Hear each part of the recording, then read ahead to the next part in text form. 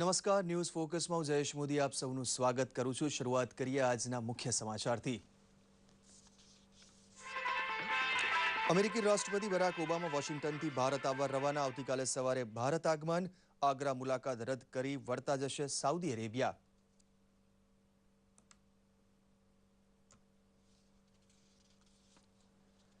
Steel ક્ષેત્રે 300 million ton ઉત્પાદન દ્વારા ભારતને વિશ્વ બજારમાં નંબર 1 બનાવવા કેન્દ્ર સરકાર પ્રતિબદ્ધ હોવાનું જણાવતા કેન્દ્રીય સ્ટીલ અને માઇન્સ મંત્રી શ્રી નરેન્દ્રસિંહ તોમર મહાત્મા મંદિર ખાતે ઇન્ડિનોક્સ 2015નું ઉદ્ઘાટન।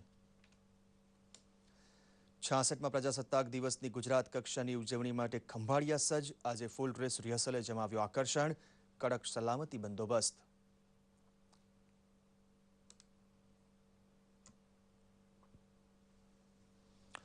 આજે રાષ્ટ્રીય બાલિકા દિવસ। કન્યાઓ પ્રત્યેના ભેદભાવ દૂર કરી સમાન અવસર ઉપલબ્ધ કરાવવા પ્રધાનમંત્રીની હાકલ। કાર્યક્રમમાં આગળ વધીએ। અમેરિકાના રાષ્ટ્રપ્રમુખ બરાક ઓબામા તેમના પત્ની સાથે ભારત આવવા રવાના થઈ ગયા છે।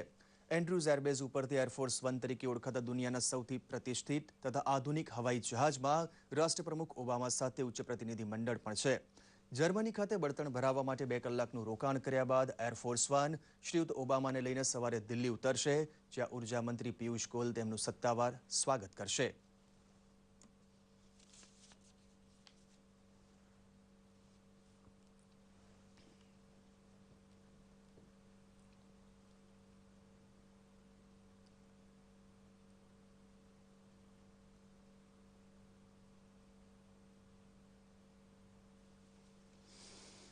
અમેરિકન રાષ્ટ્રપ્રમુખ બરાક ઓબામાની ભારત મુલાકાત માટેની તૈયારીઓ જોરશોરથી ચાલુ છે। આવતીકાલે તેમને આવકારવા દિલ્હી સજ્જ બન્યું છે। દરમિયાન આગ્રામાં તાજમહેલની મુલાકાતનો કાર્યક્રમ રદ થયો છે। સત્તાવાર સૂત્રોના જણાવ્યા પ્રમાણે સાઉદી અરેબિયાના શાહ અબ્દુલ્લાના નિધનના કારણે ઓબામાએ પોતાની આગ્રાની મુલાકાત લેવાનો કાર્યક્રમ રદ કર્યો છે। ઓબામાની મુલાકાતની સંભવિત ફળશ્રુતિ અંગે પ્રસ્તુત છે ન્યૂઝ ડેસ્કનો અહેવાલ। અમેરિકી પ્રમુખ બરાક ઓબામા અને તેમના પત્ની મિશેલ 26મી જાન્યુઆરીના દિવસે ભારતના ગણતંત્ર પર્વ ઉજવણી સમારંભમાં ભાગ લેવા માટે 25 જાન્યુઆરીના રોજ દિલ્હી આવી રહ્યા છે। અમેરિકી પ્રમુખ ગણતંત્ર દિવસ સમારંભમાં મુખ્ય અતિથિ રહેશે। આ દરમિયાન ભારત અમેરિકા નાગરિક પરમાણુ કરારને અમલી બનાવવાના મુદ્દે ચર્ચા થશે। અકાઉન્ટેબિલિટીના મુદ્દે ભારતની સંસદે પસાર કરેલા કાયદા પછી તે કાયદાની મર્યાદામાં આ જટિલ પ્રશ્નનો ઉકેલ શોધવા રચાયેલું કોન્ટેક્ટ જૂથ લંડન ખાતે મળેલી 3જી બેઠકમાં હાલમાં પ્રયાસ કરી રહ્યું છે। બંને દેશ સંરક્ષણ સહયોગ વધારવા ઉપરાંત ઉર્જા અને વેપાર સહયોગ વધારવા પણ વાતચીત કરશે। ભારત અને અમેરિકા મળીને લશ્કરી હાર્ડવેર નિર્માણની દિશામાં આગળ વધે તેવી શક્યતા છે। ये रक्षा साझेदारी का नया ढांचा होगा, जिसके ट्रेड एंड टेक्नोलॉजी इनिशिएटिव के तहत दोनों देश मिलकर मिलिट्री हार्डवेयर का निर्माण करेंगे। हालांकि यूएस रशिया को हटाकर भारत को मिलिट्री हार्डवेयर बेचने वाला सबसे बड़ा देश बन गया है। भारत अब सिर्फ ऑफ द शेल्फ खरीदने में खुश नहीं है। પ્રધાનમંત્રી નરેન્દ્ર મોદીએ સપ્ટેમ્બર 2014માં અમેરિકાની મુલાકાત લીધા પછી બંને નેતા બીજી વાર મળી રહ્યા છે। તે મુલાકાતે નવા લક્ષ્યાંકો નક્કી કર્યા હતા। બંને દેશો વાર્ષિક $100 અબજના વેપારને $500 અબજની સપાટીએ લઈ જવાના લક્ષ્ય સાથે આગળ વધી રહ્યા છે। તે સંજોગોમાં અમેરિકા ડિજિટલ ઇન્ડિયા પ્રોગ્રામ ઉપરાંત સ્માર્ટ સિટી પ્રોગ્રામ હેઠળ અજમેર, વિશાખાપટ્ટનમ, અલ્હાબાદને વિકસાવવા પહેલ કરી શકે છે। મેક ઇન ઇન્ડિયા કાર્યક્રમ અંતર્ગત સંરક્ષણ અને નાણાકીય ક્ષેત્રમાં અમેરિકા રોકાણ કરી શકે છે। એફડીઆઈ મોરચે છૂટછાટો વધતા ભારત અને અમેરિકાની કંપનીઓ સંરક્ષણ, રેલવે, વીમા ક્ષેત્રે હાથ મિલાવે તેવી શક્યતા છે। દૂરદર્શન સમાચાર, અમદાવાદ। અમેરિકી રાષ્ટ્રપતિ શ્રી બરાક ઓબામાની ભારત મુલાકાત દરમિયાન આમ તો એમના અનેક કાર્યક્રમો છે, પરંતુ ભારતની જનતા સમક્ષ રૂબરૂ થશે તેઓ મન કી બાતમાં। 27મી જાન્યુઆરી પ્રધાનમંત્રી શ્રી નરેન્દ્ર મોદી સાથે આકાશવાણી પરથી મન કી બાત થકી તેઓ ભારતની પ્રજા સમક્ષ પોતાના વિચારો વ્યક્ત કરશે। ત્યારે રેડિયો પર બંને મહાનુભાવોને સાંભળવા લોકો ઘણા ઉત્સુક છે।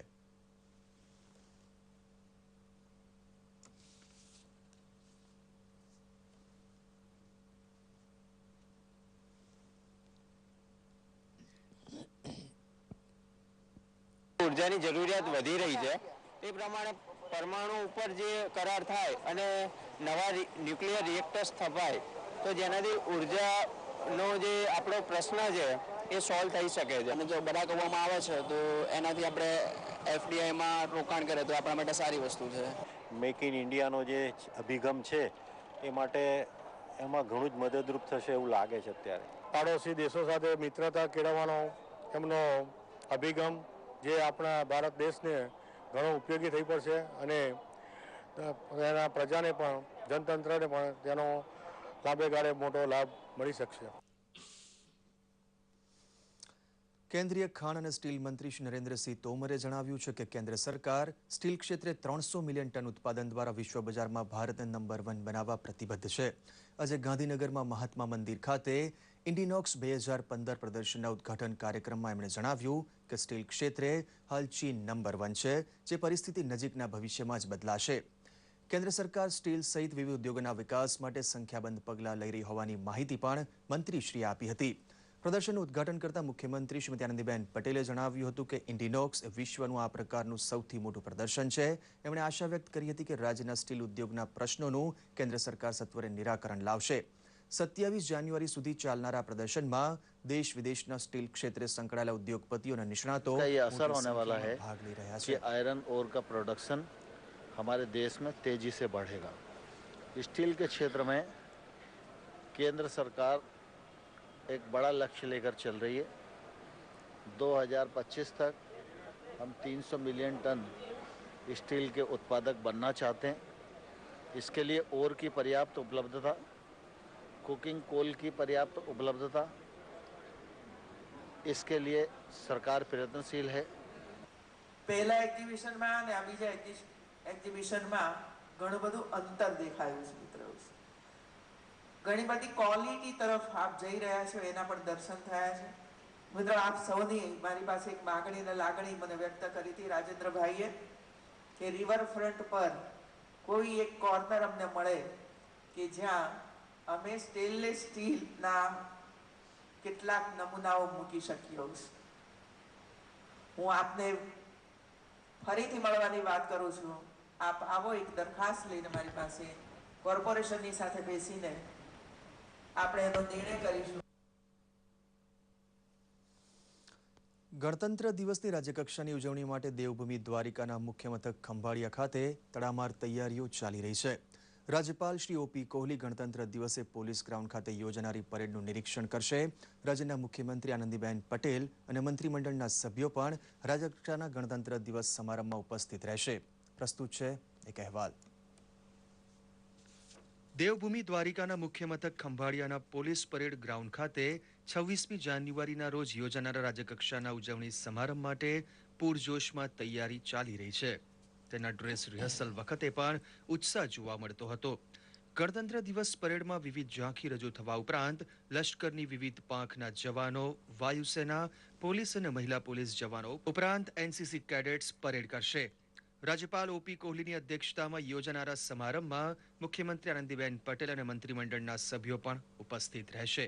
યુવાન સાહસિકો દ્વારા જે કિલ્લેશ્વરી છે એ ડુંગર ચડવાની ટ્રેકિંગની કાર્યવાહી થશે. હોડી સ્પર્ધા છે. પછી જે બીજા લાભાર્થીઓને આપણે લાભ આપવાના છે ડાયરેક્ટ મંત્રીશ્રીની હાજરીમાં, જે યુવાનોએ અગાઉ વિજેતા થયા છે એનો પણ મંત્રીશ્રીના હાજરીમાં ઇનામ વિતરણનો કાર્યક્રમ રાખ્યો છે. સમારંભમાં અશ્વ સવારી નિદર્શન, મહિલા પોલીસ જવાનો સહિત પોલીસ જવાનો દ્વારા મોટરસાયકલ પર રજૂ થનારા કરતબ અને ડોગ શો વગેરે આકર્ષણનું કેન્દ્ર બની રહેશે. અને આગની રિંગમાંથી પસાર થવાના કરતબ બધાનું ધ્યાન ખેંચી શકે છે. સમારંભમાં રજૂ થનારા સાંસ્કૃતિક કાર્યક્રમ માટે પણ રિહર્સલ થયું હતું. ભાગ લઈ રહેલી તરુણીઓમાં ઉત્સાહ જોવા મળતો હતો. વિવિધ બેન્ડના જવાનોએ પણ રિહર્સલ કર્યું હતું. 26મી જાન્યુઆરી રાજ્ય કક્ષાનો પર્વ ઉજવણી તરીકેના રિહર્સલ માટે પોલીસ પરેડ ગ્રાઉન્ડમાં જોરશોરની રિહર્સલની તૈયારીઓ ચાલી રહી છે, પ્રેક્ટિસ કરી રહ્યા છે. ગણતંત્ર દિવસ રાજ્યકક્ષાના સમારંભ દરમિયાન સુરક્ષા માટે પણ કડક બંદોબસ્ત ગોઠવવામાં આવ્યો છે. દૂરદર્શન સમાચાર, અમદાવાદ. આજે રાષ્ટ્રીય બાલિકા દિવસ છે. આ દિવસની ઉજવણીનો મુખ્ય ઉદ્દેશ્ય કન્યાઓના અધિકારો પ્રત્યે સમાજમાં જાગૃતિ લાવવાનો છે, જેથી સમાજમાં કન્યાઓને નવા અવસર અને સન્માન મળી શકે. આ પ્રસંગે પ્રધાનમંત્રી શ્રી નરેન્દ્ર મોદીએ કન્યાઓનું અભિવાદન કરતા તેમને સર્વશ્રેષ્ઠ ઉપલબ્ધિ ગણાવી હતી. પ્રધાનમંત્રીએ કન્યાઓ પ્રત્યેના ભેદભાવ દૂર કરીને બેટીઓને સમાન અવસર મળે તે સુનિશ્ચિત કરવા આહવાન કર્યું હતું. પ્રસ્તુત છે આ અંગે એક રિપોર્ટ. આપણા દેશની એક ખૂબ જ મોટી વિડંબણા એ છે કે એક તરફ આપણે દીકરીઓનું ધાર્મિક પ્રસંગોમાં પૂજન કરીએ છીએ, પરંતુ જ્યારે પોતાના ઘરે દીકરીનો જન્મ થાય છે ત્યારે માહોલ માતમમાં ફેરવાઈ જાય છે. આ પરિસ્થિતિ દેશના દરેક હિસ્સામાં જોવા મળે છે. વર્ષ 2009થી રાષ્ટ્રીય કન્યા દિવસ મનાવવાની શરૂઆત થઈ આવી હતી.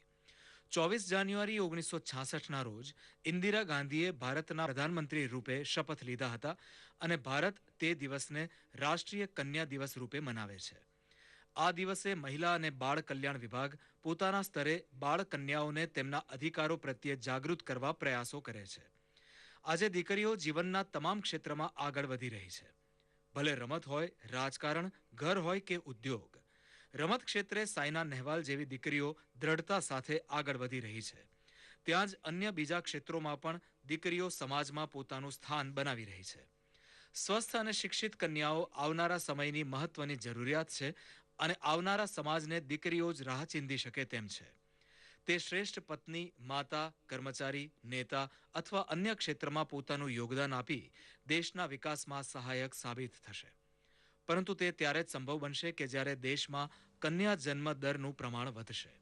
ભારતમાં સેક્સ રેશિયો ઘણો જ નિરાશાજનક જોવા મળે છે. વર્ષ 2011માં છેલ્લી મતગણતરી અનુસાર ભારતમાં રાષ્ટ્રીય સ્તરે 1000 પુરુષોએ 940 મહિલાઓ છે. જો આપણે રાજસ્થાન, હરિયાણા જેવી જગ્યાઓ પર નજર નાખીએ તો આ સ્થિતિ ખૂબ બદતર છે. તેથી જ કન્યા શક્તિને લોકોની સામે લાવવા માટે દર વર્ષે 24 જાન્યુઆરીને રાષ્ટ્રીય કન્યા દિવસ તરીકે ઉજવવામાં આવે છે. દૂરદર્શન સમાચાર, અમદાવાદ. આજે દેશભરમાં બાલિકા દિવસની ઉજવણી થઈ રહી છે તથા તાજેતરમાં પ્રધાનમંત્રી શ્રી નરેન્દ્ર મોદીએ પણ રાષ્ટ્રવ્યાપી બેટી બચાવો બેટી ભણાવો અભિયાનની શરૂઆત કરાવી છે. ત્યારે સેક્સ રેશિયોમાં અસમાનતા ચિંતાનો વિષય છે. અગાઉ ગુજરાતમાં 1000 દીકરા સામે માત્ર 837 દીકરીઓ જન્મ લેતી હતી, જે આંક આજે 919 પર પહોંચ્યો છે. સામાન્ય રીતે પછાત ગણાતા આદિવાસી નર્મદા જિલ્લામાં સરેરાશ કરતાં પણ વધુ એટલે કે 1000 દીકરા સામે 961 દીકરીઓ જન્મે છે. આદિવાસી વિસ્તારના લોકો આધુનિક સાધન સામગ્રી હોવા છતાં બાળકની તંદુરસ્તી અંગે જ ડોક્ટરોને પૂછતા હોય છે, તેમ ગાયનેક ડોક્ટરે જણાવ્યું હતું. આદિવાસી લોકો પરંપરાથી જ ભ્રૂણ હત્યા કે દીકરા દીકરીના ભેદમાં માનતા નથી. તેઓ સાંસ્કૃતિક કે સામાજિક રીતે પછાત નથી. નર્મદા જિલ્લાના અતિ પછાત આદિવાસી વિસ્તારમાં ભ્રૂણ હત્યાનું પાપ પ્રવેશ્યું હોય એવું લાગતું નથી. અહીંના તબીબો પાસે અદ્યતન સાધન સામગ્રી હોવા છતાં પણ અહીંની પ્રજા બાળકની તંદુરસ્તી વિશે જ જાણવાનો આગ્રહ રાખે છે, જે ખૂબ જ સરાહનીય બાબત છે. મારી દીકરી જ્યારે વિદેશમાં રહીને પણ વિશાળ ફલક પર કામગીરી કરી છે, ત્યારે દીકરાને દીકરીનો ભેદ હોવો જરૂરી નથી જ. ખરેખર એક દીકરી હોવા છતાં પણ પુરુષને પણ શરમાવે એવી કામગીરી એ કરે છે. ત્યારે ખરેખર આજના સમયની અંદર દીકરા દીકરીનો ભેદ મટાવીને દીકરીઓને બઢાવો આપવો જોઈએ એવું હું પણ માનું છું. આજે રાષ્ટ્રીય કન્યા દિવસની દેશભરમાં ઉજવણી થઈ રહી છે. ત્યારે આ ઉજવણીને સાર્થક કરતા જાહેર થયેલા કંપની સેક્રેટરી ફાઉન્ડેશનના પરિણામોમાં અમદાવાદની 2 કન્યાઓ પ્રાચી પ્રજાપતિ અને સોનુ જૈને પ્રથમ 10મા સ્થાન પ્રાપ્ત કર્યા છે. તો 2 દિવસ અગાઉ જાહેર થયેલા સીએના પરિણામમાં અમદાવાદના ટેક્સી ડ્રાઈવરની દીકરી નગમા પઠાને પ્રથમ પ્રયાસે સફળતા મેળવી છે, જ્યારે પૂજા રામ સેવકે ઓલ ઇન્ડિયા લેવલે બીજું સ્થાન પ્રાપ્ત કર્યું છે. સીએ ફાઇનલમાં જાહેર થયેલા પરિણામમાં અમદાવાદ ચેપ્ટરમાંથી ઓલ ઇન્ડિયા લેવલ પર ટોપ 50માં કુલ 7 જેટલા ગુજરાતના વિદ્યાર્થીઓ ઝળક્યા છે, જે ગઈ વખતના જાહેર કરાયેલા પરિણામના કુલ 5 ટોપર્સની સરખામણીએ 2 વધારે છે. અમદાવાદની વિદ્યાર્થીની પૂજા રામસેવક પારીકે ઓલ ઇન્ડિયા લેવલ પર બીજું સ્થાન પ્રાપ્ત કર્યું છે. છેલ્લા 5 વર્ષોના જાહેર થયેલા પરિણામોમાં આ વખતે પ્રથમવાર ઓલ ઇન્ડિયા લેવલ પર ટોપ 3માં અમદાવાદની વિદ્યાર્થીની સ્થાન પામી છે. दूसरे स्टूडेंट्स को यही कि डेडिकेशन के साथ अगर कुछ भी काम करो तो वो 100% सक्सेसफुल होता है and I am the example for that. CA institute Ahmedabad ચેપ્ટરના ચેરમેન અનિકેત તલાટીએ આ પરિણામ અંગે જણાવ્યું છે કે નવેમ્બર 2014માં લેવાયેલી સીએ ફાઇનલની અમદાવાદ ચેપ્ટરની બંને ગ્રુપની પરીક્ષામાં કુલ 1551 વિદ્યાર્થીઓએ પરીક્ષા આપી હતી. ये महसूस किए कि हमारा घर का एक सदस्य इस एक अचीवमेंट करने के बाद हमें कैसी भावना होती है उसे महसूस किए. અમદાવાદ ચેપ્ટરમાંથી કુલ 148 વિદ્યાર્થીનીઓમાંથી 39 જેટલી વિદ્યાર્થીનીઓ પાસ થઈ તે નોંધપાત્ર કહી શકાય તેવી બાબત છે. દૂરદર્શન સમાચાર, અમદાવાદ. સુરેન્દ્રનગરમાં પ્રજ્ઞાચક્ષુ સેવા મહિલા કુંજ સંસ્થામાં અંધ બહેનોની અનોખી રસોઈ સ્પર્ધા યોજવામાં આવી હતી. સુરત, મહેસાણા, વડોદરા, અમદાવાદ, જૂનાગઢ એમ સમગ્ર ગુજરાતમાંથી કુલ 145 બહેનોએ આ સ્પર્ધામાં ભાગ લીધો હતો. સ્પર્ધામાં 1.25 કલાકનો સમય 50% અંધ બહેનોને તેમજ સંપૂર્ણ અંધ બહેનોને 1.5 કલાકનો સમય આપવામાં આવ્યો હતો. સ્પર્ધકોને ભાખરી, રીંગણનું શાક, શીરો, સલાડ અને પાપડ બનાવવાના હતા. સમય મર્યાદામાં સારી રસોઈ બનાવનાર 3 બહેનોને 5,000 રૂપિયા, 4,000 રૂપિયા અને 3,000 રૂપિયાના ઇનામ આપવામાં આવ્યા હતા. સુરેન્દ્રનગર, અમદાવાદ અને ભાવનગરની બહેનો વિજેતા થઈ હતી. આયોજકોએ જણાવ્યું હતું કે પ્રજ્ઞાચક્ષુ બહેનો લગ્ન જીવન સુખમય રીતે નિભાવી શકે તે આશયથી સ્પર્ધાનું આયોજન થાય છે. 145 માંથી 60 બહેનો અંશતઃ અંધ છે અને 85 બહેનો ટોટલી બ્લાઇન્ડ છે. આ બહેનો સારી રીતે રસોઈ કરી અને પોતાનું જીવન જીવે એ અમારી સંસ્થાની નેમ છે. પણ મને રસોઈ હરીફાઈમાં ભાગ લેવું તો અમને કેટલું જાતનું શીખવા મળે છે અને રસોઈ હરીફાઈમાં હું દર વર્ષે ભાગ લઈશ. ગુજરાતમાં સ્વાઇન ફ્લુએ માથું ઉચક્યું છે ત્યારે કચ્છમાં એનો ફફડાટ સૌથી વધુ જોવા મળી રહ્યો છે. અહીં છેલ્લા 22 દિવસમાં 44 પોઝિટિવ કેસ થયા છે. સ્વાઇન ફ્લુથી જિલ્લામાં 2 મોત અને શંકાસ્પદ અન્ય 2 મોત થતા વહીવટીતંત્ર પણ હરકતમાં આવ્યું છે. સરકારી હોસ્પિટલમાં અલગ વોર્ડ ઊભો કરાયો છે તથા 5 ડોક્ટર અને 6 નર્સોનો વધારાનો સ્ટાફ પણ મુકાયો છે. મુખ્ય સચિવ શ્રી ડીજી પાંડે અને આરોગ્ય કમિશનર શ્રી જેપી ગુપ્તા સાથે ગઈકાલે ભુજની જીકે જનરલ હોસ્પિટલની મુલાકાત લીધી હતી. શ્રી પાંડેને વિડીયો કોન્ફરન્સિંગ યોજી વિવિધ જિલ્લાની સરકારી હોસ્પિટલોના વડાઓને સૂચના આપી હતી અને એમણે જણાવ્યું હતું કે રાજ્ય સરકારે પરિસ્થિતિને પહોંચી વળવા માટે તમામ પગલાં અત્યાર સુધીમાં લીધા છે.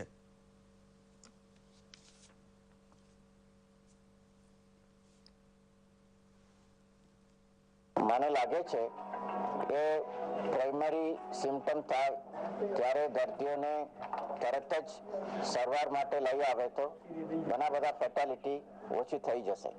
હવે પૂરેપૂરું દવાઓ, સાધનો, વેન્ટિલેટરો, માસ્કો વધુ લઈને અહીંયા આપેલા છે. રાજ્ય સરકારે નક્કી કર્યું છે કે કચ્છ ખાતે આના સેમ્પલ ટેસ્ટિંગ માટેની ખાસ વ્યવસ્થા ગોઠવવામાં આવે. એનું મશીન ત્યાં અહીંયા કચ્છ ખાતે આવી જશે. લગભગ આજ રાત્રે સુધી નહીં તો કાલ સવાર સુધી અહીંયા આવી જશે. કાલે એના ઇન્સ્ટોલેશનની કામગીરી કરીને એની ખાસ ટ્રેનિંગ અહીંયા આપવાની છે. ટ્રેનિંગની વ્યવસ્થા થશે. મોટાભાગે સોમવારથી આ વ્યવસ્થા અહીંયા સ્થાનિક રીતે ચાલુ થઈ જશે. અને હજુ કેટલાક મહત્વના સમાચાર સંક્ષિપ્તમાં.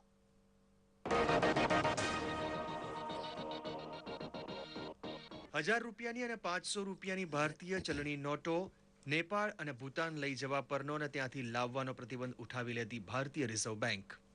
તેલંગાણા અને હૈદરાબાદમાં બાળમજૂરી કરતા 4 થી 12 વર્ષના 200 થી વધુ બાળકોને મુક્ત કરાવી બાળ કલ્યાણ કેન્દ્રોમાં મોકલતી સ્થાનિક પોલીસ.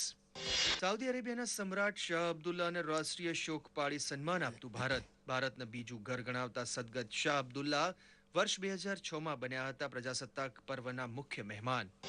ઓડિશાના ચીટફંડ ગોટાળામાં પર્વત કુમાર દાસની ધરપકડ કરતી સીબીઆઈ. પર્વત કુમાર દાસ હતા શિશોર સિક્યોરિટીઝ અને શિશોર ગ્રુપ ઓફ કંપનીના માલિક. ભચાઉ ખાતે શાક પરિસંવાદ અને કૃષિ પ્રદર્શન યોજાઈ ગયું. વાસણભાઈ આહિરે દીપ પ્રાગટ્ય કરી શુભારંભ કરાવ્યો હતો. દેવભૂમિ દ્વારિકા ખાતે વિવિધ વિકાસલક્ષી કાર્યનું લોકાર્પણ અને ખાતમુહૂર્ત કરવામાં આવ્યું હતું. રાજ્યના ગ્રામ ગૃહ અને નિર્માણ મંત્રી જયંતિભાઈ કવાડિયાના હસ્તે બાળ વિકાસ યોજનામાં તૈયાર થયેલી આંગણવાડીનું લોકાર્પણ કરવામાં આવ્યું હતું.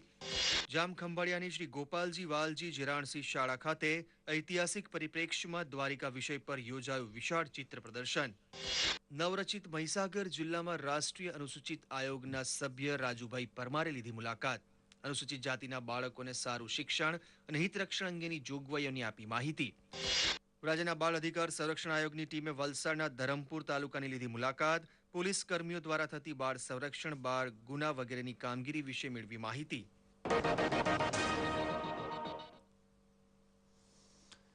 ગીર સોમનાથ જિલ્લાના સાસણગીરમાં આગામી મે મહિનામાં સિંહોની વસ્તી ગણતરીનો કાર્યક્રમ શરૂ થવાનો છે. આ વસ્તી ગણતરીમાં વન અધિકારીઓની સાથે પર્યાવરણ સંસ્થાએ પણ જોડાવાની ઈચ્છા વ્યક્ત કરી છે.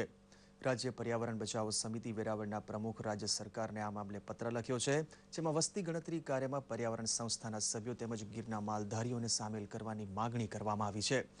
આ માંગ જો પૂર્ણ થશે તો વધુ સચોટ અને પારદર્શક વસ્તી ગણતરી થવાનો આશાવાદ પ્રમુખ દ્વારા વ્યક્ત કરવામાં આવ્યો છે.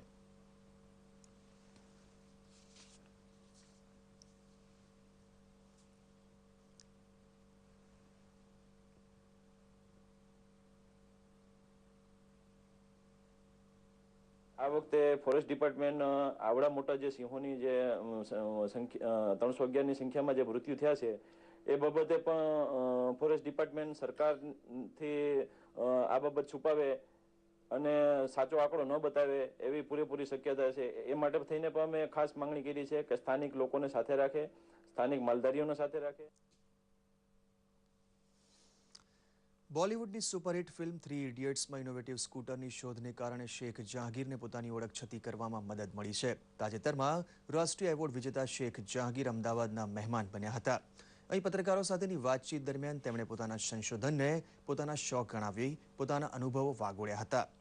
મહારાષ્ટ્રના જલગાંવના રહેવાસી શેખ જહાંગીરે ફિલ્મમાં ઇલેક્ટ્રિસિટીની મદદ વગર બનાવેલા સ્કૂટરના કારણે અભિનેતા આમિર ખાન અને ફિલ્મના દિગ્દર્શક વિદુ વિનોદ ચોપરાએ તેમને વાસ્તવિક જીવનના રેન્ચો કહ્યા હતા. અંતે શેખ જહાંગીરે બાળકો માટે વિવિધ પ્રયોગ કરીને નવી શોધ કરવાની નેમ વ્યક્ત કરવાની સાથે જ પ્રધાનમંત્રી શ્રી નરેન્દ્ર મોદીને મળવાની પણ ઈચ્છા વ્યક્ત કરી હતી. प्रेरणा कहाँ से मिली ये कुदरती देन रहती सभी को प्रेरणा मिली. सिर्फ हम अपने आप को पहचानना है सर. छोटे छोटे इन्वेंशन में शायद बहुत सारे बड़े बड़े चीज़ें निकलती है. तो हमारे देश के लिए जो भी अच्छा बने, हमारे देश के लिए जो भी इन्वेंशन अच्छा बने उसके लिए कोशिश करना हमारा काम है. સુરત મહાનગરપાલિકા અને ઇસ્લામિક ક્વેસ્ટ વાંચનાલય દ્વારા કોમી એખલાસ અને એકતા પર પુસ્તક મેળો યોજવામાં આવ્યો છે. ઇસ્લામ ધર્મ અંગે લોકોમાં રહેલી માન્યતા દૂર કરવાના આશયથી છેલ્લા 12 વર્ષથી કુરાનના વિચારો રજૂ કરતું પ્રદર્શન યોજવામાં આવે છે. સ્ત્રી ભ્રૂણ હત્યા, આત્મહત્યા તેમજ હિન્દુ મુસ્લિમ લોકો વચ્ચે જે ગેરમાન્યતાઓ પ્રવર્તે છે તેને ચર્ચા અને સંવાદ દ્વારા દૂર કરીને ભાઈચારા અને કોમી સદભાવનાનું વાતાવરણ ઊભું કરવાનો પ્રયાસ કરવામાં આવે છે. ડોક્ટર અબરારે કહ્યું હતું કે કોઈ પણ વ્યસનને કુરાનમાં સૌથી મોટું દૂષણ ગણવામાં આવ્યું છે તેમજ આખા વિશ્વને કુટુંબ ગણવામાં આવ્યું છે.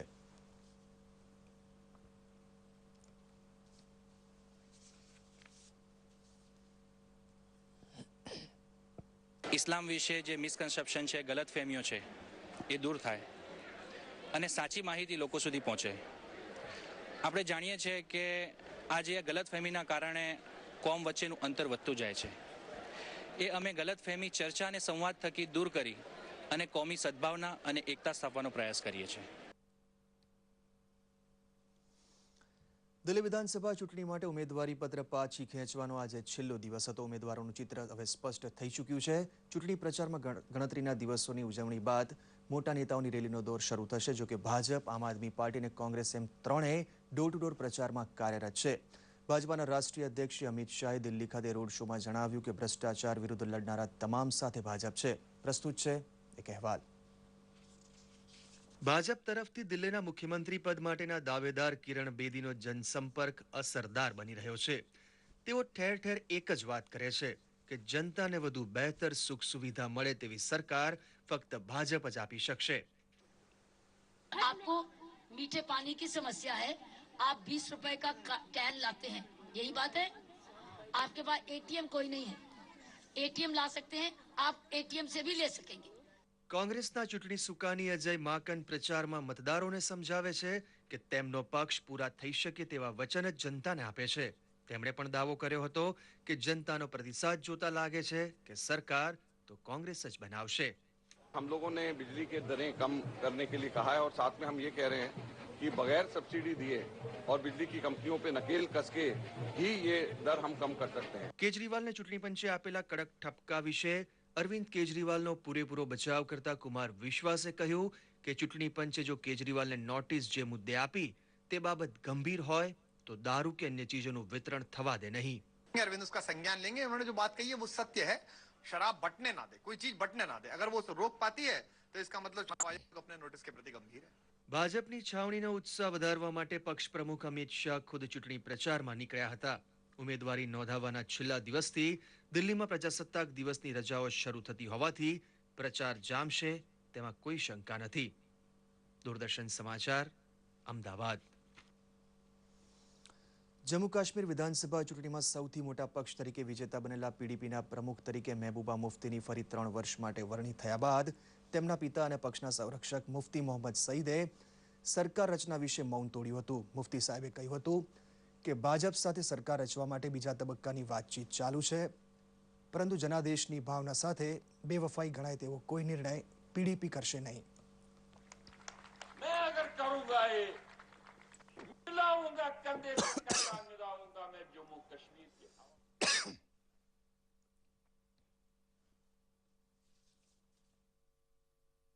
कामयाब हुए जो नहीं हुए हैं अपने लोगों को साथ चलाना है, उनका सहारा बनना है, वही आपकी जिंदगी है।